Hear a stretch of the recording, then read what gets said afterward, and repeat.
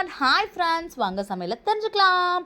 அடிக்கிற வெயிலுக்கு சில்லுன்னு குடிக்கணும், ஆனால் ஹெல்த்தியாக குடிக்கணும். அப்படி நீங்கள் குடிக்கணும்னு நினச்சிங்கன்னா இந்த வெள்ளரி பழம் மறந்துடாமல் ட்ரை பண்ணுங்கள்.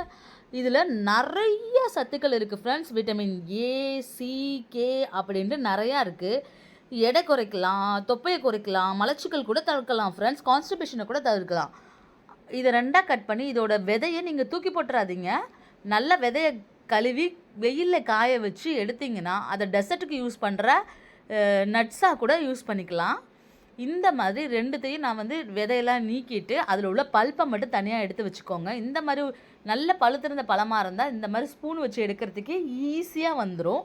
ஸோ இது நீங்கள் ஜூஸ் போடுறதுக்கு நாட்டு சர்க்கரை, தேன் கூட கலந்துக்கலாம். நான் இன்றைக்கி ஒயிட் சுகரில் தான் பண்ண போகிறேன்.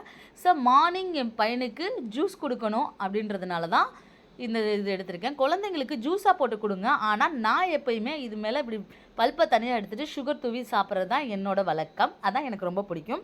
ஸோ இதை நீங்கள் ஒரு மிக்ஸி ஜாருக்கு மாற்றிக்கோங்க. அந்த பல்ப்பெல்லாம் ஒரு மிக்ஸி ஜாருக்கு மாற்றிக்கிட்டு சுவைக்கு தேவைக்கேற்ப சர்க்கரையும் தண்ணியும் சேர்த்து நல்லா அடித்து, பெரியவங்க குடிக்கிறதா இருந்தால் சில்லுன்னு ஐஸ் க்யூப் போட்டு குடிங்க. குழந்தைங்களுக்கு ஐஸ் க்யூப் போட்டு கொடுக்காதீங்க.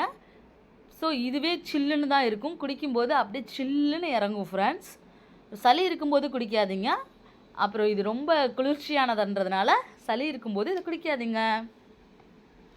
இதோட பார்த்தீங்கன்னா இந்த பல்ப்பை சுகர் சேர்க்காமல் அரைச்சி முகம், கை, கழுத்தெல்லாம் ஒரு 15 நிமிஷம் மசாஜ் போட்டு நல்லா தேய்ங்க. 15லேருந்து 20 நிமிஷம் மசாஜ் பண்ணிவிட்டு கழுவினீங்கன்னா அப்படி ஒரு க்ளோ கிடைக்கும்.